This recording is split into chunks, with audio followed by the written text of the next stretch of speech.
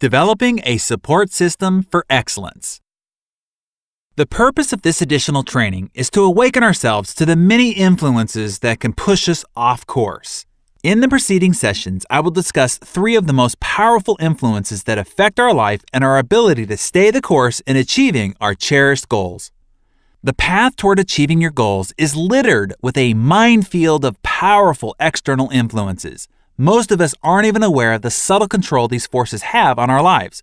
For you to sustain your positive trajectory towards your goals, you'll need to understand these influences and learn how they can support rather than derail you on your journey towards success.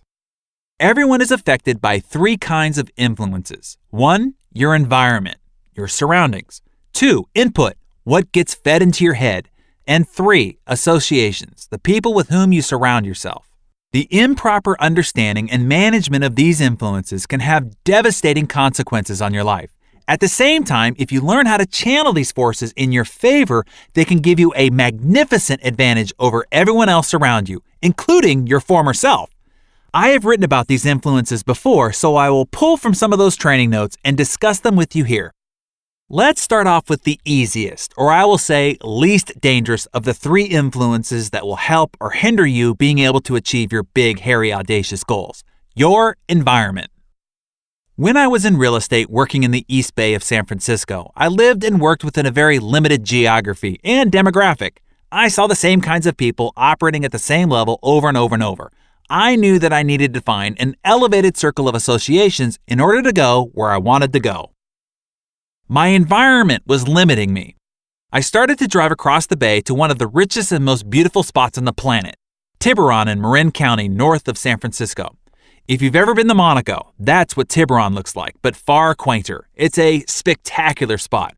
I would go to a delightful seafood restaurant called Sam's on the Wharf. The food was great, but more importantly, the restaurant was popular with the area's more affluent residents.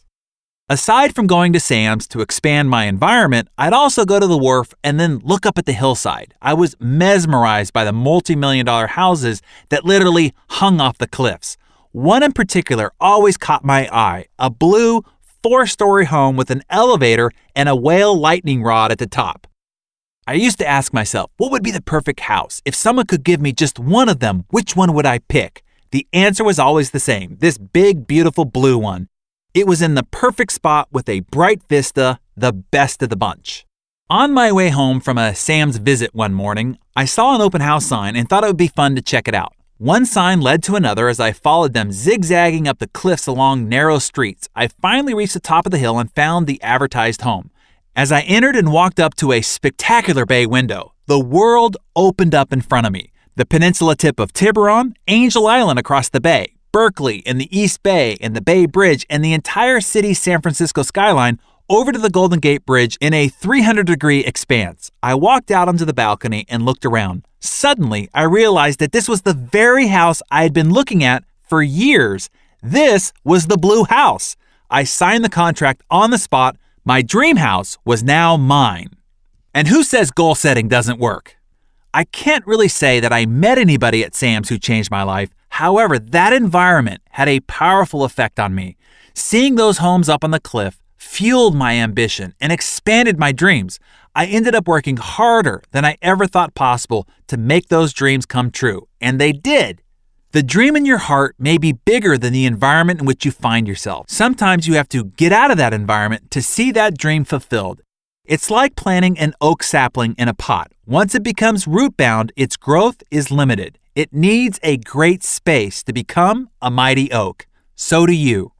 When I talk about your environment, I'm not just referring to where you live. I'm referring to what surrounds you. Creating a positive environment to support your success means clearing out all the clutter in your life.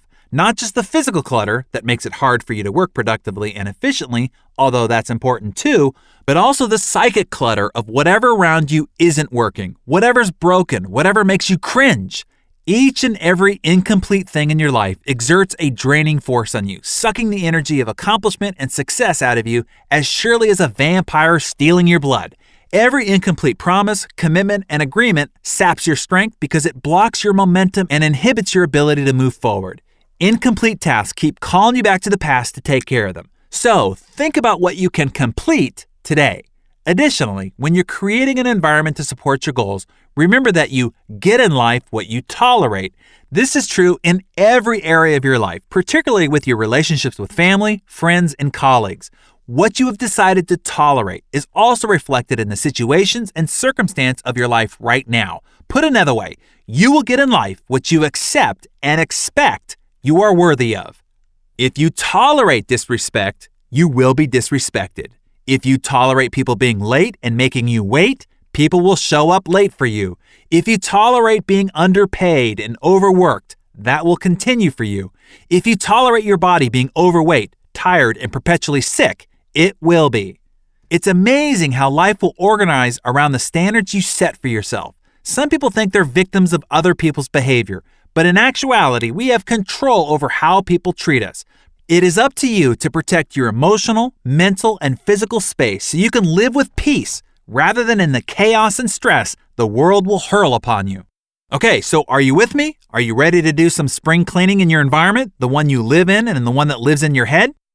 Well then, first off, I urge you to leave the 5 square miles that surrounds your home. Hang out in the places where the people who have the life you are looking to grow into hang out every once in a while. It has an intoxicating effect on your creative drive. Here's influence number 2, and it's a big one. Input. Garbage in, garbage out. If you want your body to run at peak performance, you've got to be vigilant about consuming the highest quality nutrients and avoiding tempting junk food. If you want your brain to perform at its peak, you've got to be even more vigilant about what you feed it.